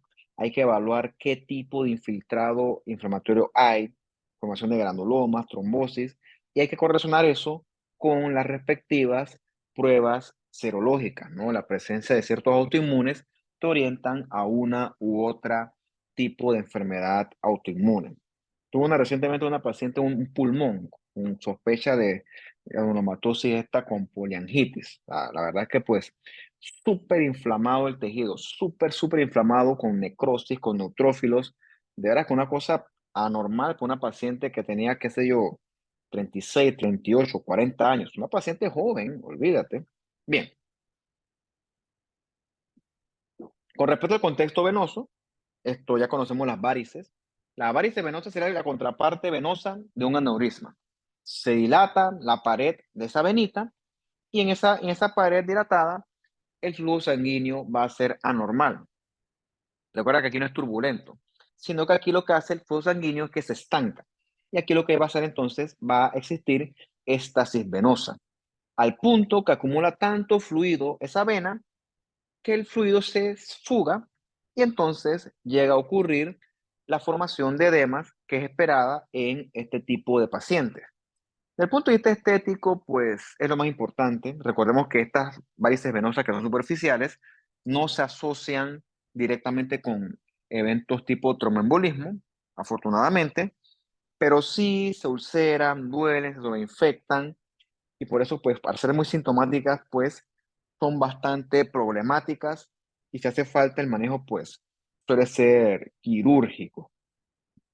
Con el tiempo, ¿qué ocurre? Las valvulitas venosas se debilitan, se vuelven incompetentes y eso favorece que la sangre se vaya estancando, hay cambio de coloración porque eso son sangre que no está oxigenada, hay edema, repito, secundario a aumento de la presión hidrostática y bueno, se puede ulcerar eso y sobreinfectar. Embolismo lo dejé porque pues el libro lo menciona, pero dice que es rarísimo. El trombolismo recuerda que es propio de las venas profundas de los miembros inferiores. Mira, qué interesante. Varices pueden aparecer virtualmente en cualquier sitio donde lógicamente haya venas. Recordemos la clase anterior cuando hablamos del hígado y la fibrosis/cirrosis. Quiere decir que la vena porta no puede llevar sangre al hígado y todo el sistema vascular esplácnico o visceral se está quedando sobrecargado de volumen. O sea, las venas esas viscerales tienen demasiado volumen al punto que se pueden dilatar. Una que es muy susceptible a este evento las zonas venitas esofágicas, ¿ok? Se ocurren esas varices esofágicas que se asocian con cirrosis e hipertensión portal. El problema es que estas de acá arriba, las esofágicas, son finitas, son delgaditas.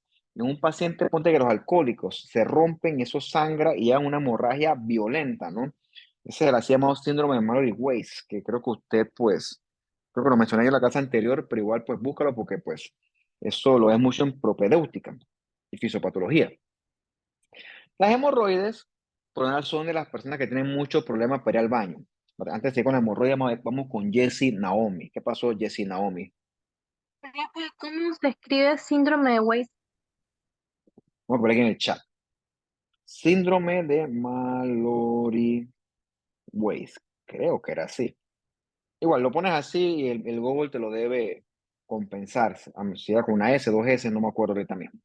Bien, las hemorroides son propias de la persona que está estreñida, que es el término coloquial, pero el término correcto será constipación. Yo voy al baño y comienzo a empujar como si estuviera pariendo, y ese aumento de la presión intraabdominal provoca mucha presión en las pobres venitas a nivel hemorroidal. Y por eso, ¡blum!, la venita se dilata. Realmente el término no debería ser hemorroides, porque hemorroides es el nombre de estas venas que están en este sitio anatómico. El término correcto debería ser varices hemorroidales. Así se deberían llamar. Pero bueno, ya por un tema histórico y porque es fácil para comunicarlos, sobreentendemos que hemorroides son esas dilataciones de las venas que ocurren a nivel de la región perianal. Bien, la hemorroide como tal, pues no pasa mucho con ella, porque la vena solamente está dilatada. El problema es que se rompa esa vena, eso sangra, eso duele, se sobreinfecta, se ulceran. En ese sentido son muy sintomáticas. Hay pacientes que tienen estas hemorroides tan a toda mecha que ni siquiera se pueden sentar. Y por muy gracioso que esto pueda ser, en verdad para el paciente eso es problemático, ¿no? Por eso es que esto hay que prestarle, pues, eh, ya debida atención. Bien, esta última sección, vamos a hablar un poquito ahora de la contraparte neoplásica vascular, ¿no? Vamos a hablar un poquito de los tumores vasculares, dentro de que ya tú conoces, bien famoso, sarcoma de Kaposi, que ya vi que son expertos en Kaposi, tan expertos que le pongo yo un ejemplo de piel y usted tuvo la destreza, habilidad, el conocimiento de decir que era de estómago.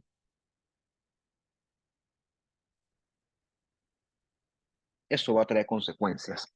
Y las consecuencias las van a ver ustedes cuando le active yo el quiz de ahorita. Porque no disimulan, pero o sea, yo me quedo como que acá, si estaban copiando, cópiense, está bien, yo me copiaba. Pero yo trataba de disimular, pero es que ustedes no quieren disimular. Y eso a mí, sinceramente, eso me disgusta por no decir la palabra soez que corresponde.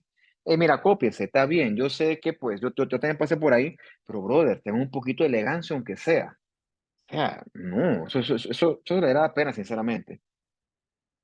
Bien, probablemente ustedes han visto mucho de esto. Bebé chiquitito recién nacido con una mancha roja fea, bastante estéticamente desagradable. Y tú preguntas, ¿eso qué es? Y eso, que es bastante común, son hemangiomas, ¿ok? Que son tumores benignos constituidos por un montón de canales vasculares dilatados llenos de sangre. Son benignos, no progresan a más y por lo general, al cabo de un tiempo, desaparecen solitos. ¿Sí? Suelen llamarse hemangiomas capilares. Repito, fuera de lo estético, no pasa absolutamente nada con ese tipo de tumorcitos. Perfectamente benigno. Lo que pasa es que si tú lo ves y pues es impactante ver eso en la cara de un bebé. Hay otra variante que es el hemangioma que se asocia mucho con la mujer embarazada. Tanto así que le llaman tumor del embarazo. Bien, suelen ser estos sobrecrecimientos rojizos de la mucosa oral. Eso lo toman biopsia, porque obviamente pues la única forma de saber qué es esto es viendo en el microscopio. Y cuando vas a ver, esto es una lesión constituida por muchos canales vasculares que se disponen en un patrón lobular. Debido a esto se le llama hemangioma lobular capilar, siendo el nombre por el que más se le conoce. El término que más se maneja para este tipo de enfermedad es el de granuloma piógeno. ¿Por qué me quedé sin aire pensando? Porque es verdad, aquí no hay ni granulomas, ni células multinucleadas, ni está inflamado, ni produce pus. Es un término que más que todo se asocia al punto de vista clínico.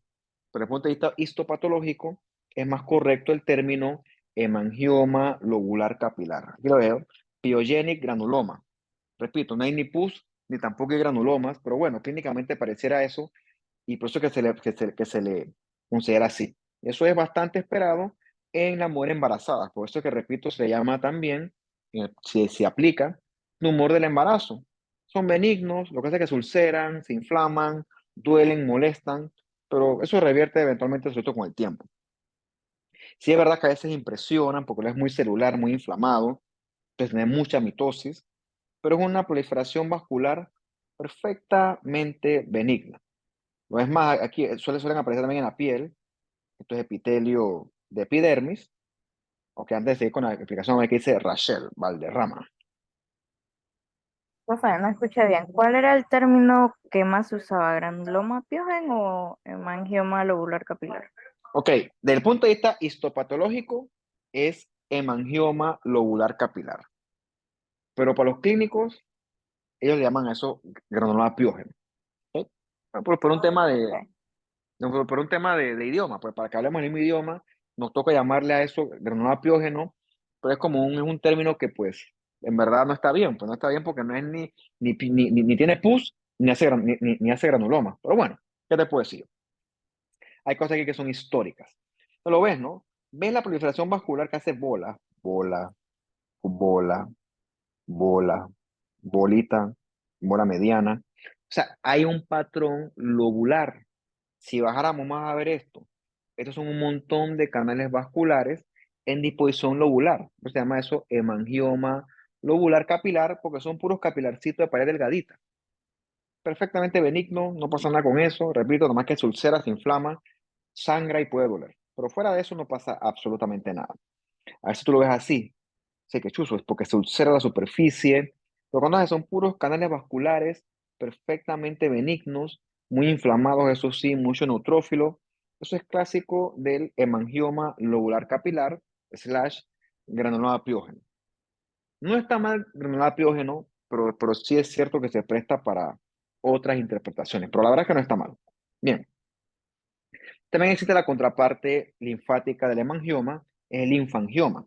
También son benignos y son tumores constituidos por canales vasculares, en este caso linfáticos, sin eritrocitos. Perfectamente benignos. Son más de edad pediátrica. Ya se pueden crecer bastante, como este que está acá, que es el higroma quístico. Que bueno, tú ves esto así, esto asusta, tu chuzo. Es un ganglio, es un linfoma, una tuberculosis. Cuando vas a ver, es un linfangioma, nada más que pues está muy grande, ¿no? Igualito el hemangioma, nada más que este no debe tener eritrocitos. No, no igualito, muy similar. Bien, creo que este sobra explicarlo, ya ustedes son capociólogos, sabes que ocurre en el paciente inmunosuprimido en la mayoría de los casos, hay veces que no, hay veces que el paciente anciano sin inmunosupresión te hace un kaposi, se puede, independientemente de, en ambos escenarios, esto lo provoca la infección por el herpes virus 8, ¿ok? Es un tumor vascular, como habitualmente me dijeron, constituido por canales vasculares en forma de ranura. Suele tener extravasación de muchos eritrocitos, es otra característica clásica del Kaposi, y no es solamente la piel. Yo he visto Kaposis rectal, colónico, creo que gástrico también, Kaposis también en ganglio, y pues no es solamente una cosa de la piel, puede aparecer en cualquier lugar, y pues se asocia, repito, ya lo saben ustedes bastante bien, a la infección por herpes virus 8. Bueno, y este sí, este como el plato fuerte, ¿no? El más terrible de los terribles, que es el angiosarcoma. Angio de vasos, sarcoma de neoplasia mesenquimal maligna. Es un tumor de los agresivos, el tipo es anormalmente agresivo, es un tumor que invade, destruye, hace metástasis, y si al paciente le diagnostican hoy, a los 5 años, solamente el 30% va a estar vivo. O sea, tiene una mortalidad altísima, ¿ok? Surge en cualquier lugar prácticamente. El que yo vi que me tocó allá en el complejo era un angiosarcoma del corazón. Imagínate tú, una cosa rarísima. Impactante para mí, interesante para mí, pero terrible para la paciente. Una paciente como de 35, 33 años que rápidamente se murió, porque hizo metástasis a todos lados y fue una cosa pues catastrófica. Tengo una piel, y ves aquí, ¿no? Aquí hay una neoplasia. Una neoplasia que, mira, para mí una neoplasia pobremente diferenciada. Yo no sé qué es esto aquí cuando estoy viéndolo.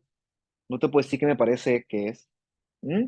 Entonces, estos angiosarcomas son tan pobremente diferenciados que hay veces que lo que toca es hacerle inmuno, ¿ok? Hay que hacerlo inmuno para demostrar que estas células neoplásicas tienen diferenciación vascular. Pasa mucho después del cáncer de mama. En extremidades afectadas suelen aparecer angiosarcomas post-mastectomía y post-radioterapia. O sea, está descrito. Tumor de alto grado, superplomórfico, mitosis, es necrosis acá. Eso es cosa de tumor maligno. A ver, Génesis Sarai, Otero Grael. A ver, Sí, profe, usted mencionó que se podía mandar inmuno a la paciente. ¿Cuáles serían los de primera lesión en este caso?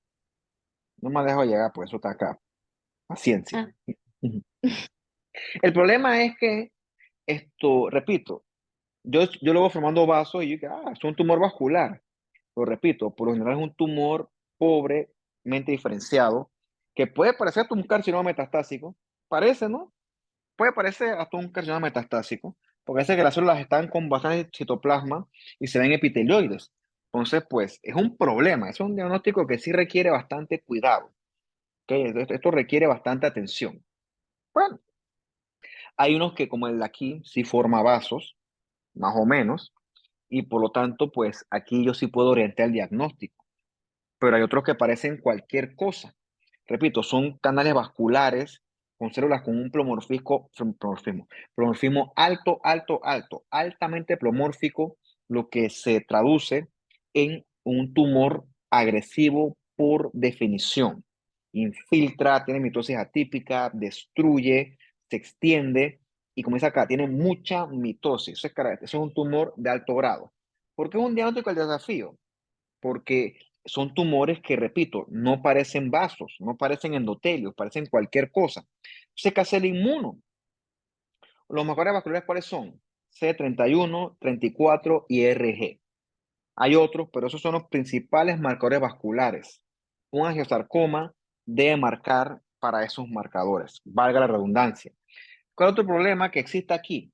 Por un tema de reacción cruzada, de cross reaction, el angiosarcoma, no contento con ser difícil, puede marcar para marcadores epiteliales. O sea que los angiosarcomas perfectamente pueden ser citocreatinas positivos.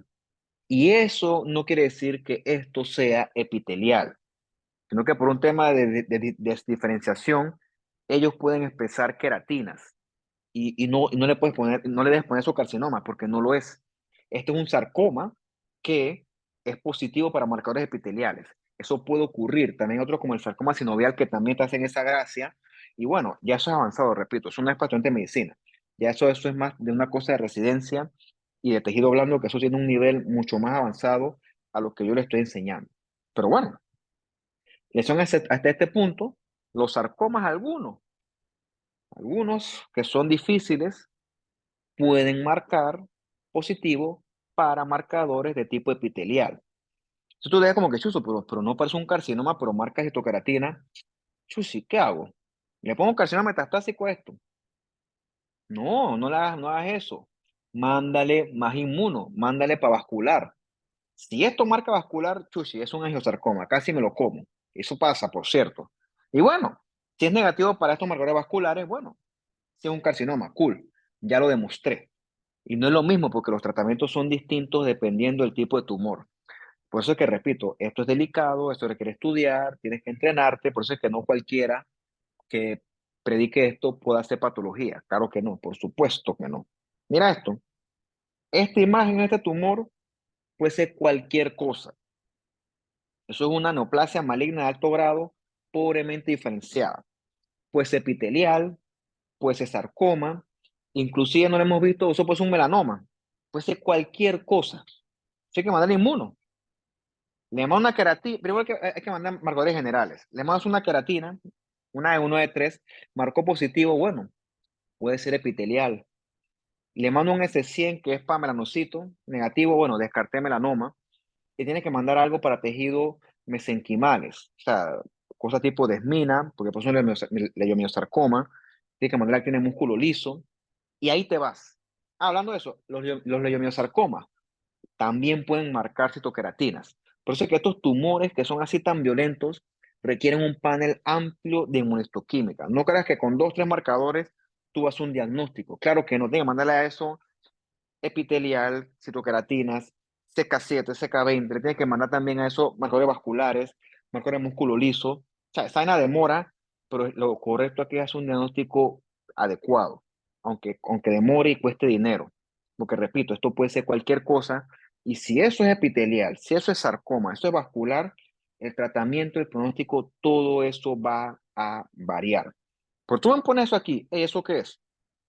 Eso es una neoplasia maligna, de alto grado, pobremente diferenciada, que si es epitelial, que si es vascular, que si es muscular, que si es granocítico. Mira, en este caso, para mí, es mejor decir, no sé, hacerme el valiente y aventarme al agua en algo que me voy probablemente a equivocar.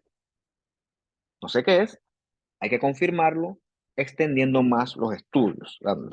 Esto es difícil, se pone a veces peligroso, eso se pone complicado. ¿Lo ves aquí, no? Plomorrismo de alto grado, altísimo grado, mitosis, mitosis, probablemente mitosis, harto de mitosis, un patrón infiltrativo, sábanas prácticamente, no hacen ni nidos ni glándulas. O sea, esto puede ser cualquier cosa. Te toca hacer un panel amplio de inmunohistoquímica. Violentos estos tumores, esos son difíciles. Eso hay que consultarlo también. Yo dije, doctora, doctor, no sé, ¿qué tal lo mío? ¿Qué te parece eso? ¿O no? ¿Qué te parece? ¿Qué hago? O sea, ¿qué harías tú? Dame luces porque pues esto puede ser cualquier cosa. Entonces ahí sí también juega importante leer, estudiar y la experiencia, ¿no? O sea, son casos duros que requieren discutirlo con otros colegas porque fácil, fácil, fácil no tan. Y si te vas por valiente, te vas a equivocar. ¿Ok? Eso es parte del ejercicio. Bien, dudas, preguntas, comentarios, anécdotas, no sé lo que corresponda.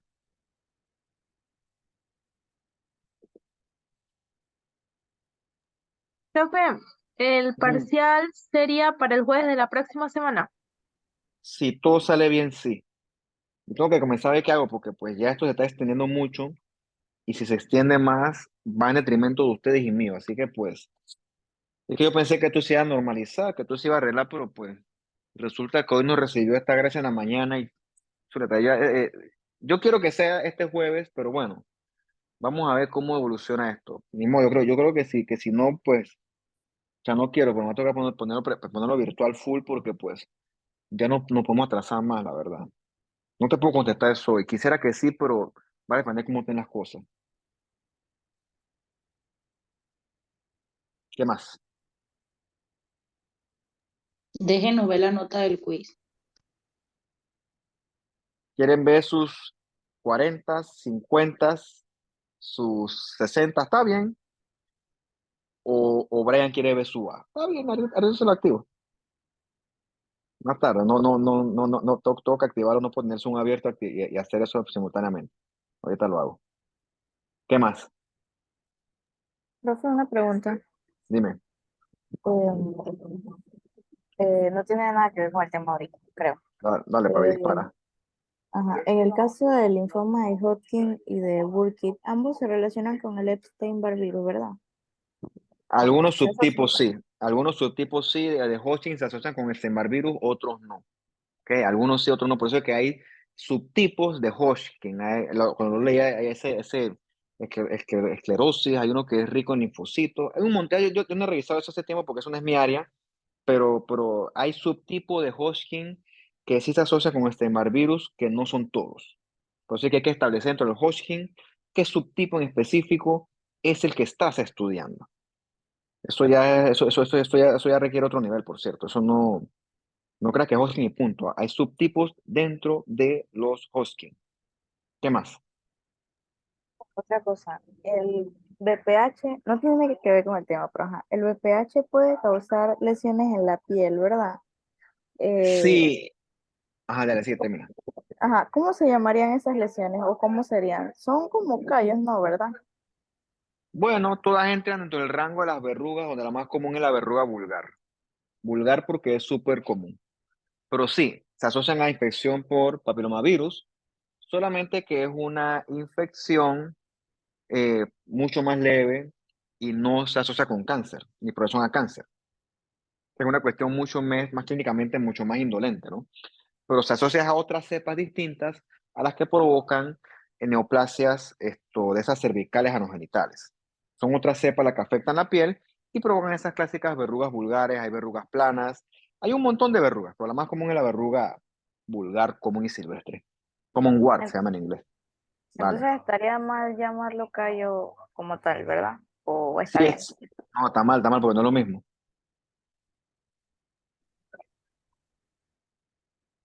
¿Qué más? Dice Amado que repite el quiz. ¿El mismo quiz o pongo otro diferente? No entiendo.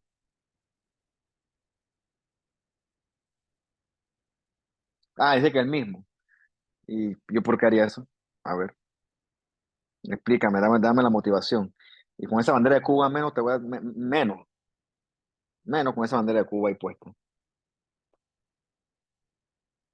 Mejor suerte el próximo, ¿no? Vamos a ver. ¿Qué más? Viste, van a ser las 8 ya. Listo, bueno, vamos a esto así por hoy y bueno, le daré indicaciones sobre la marcha de qué más vamos a hacer nosotros de acuerdo a lo que siga sucediendo aquí. Y que bueno, será entonces hasta otra ocasión.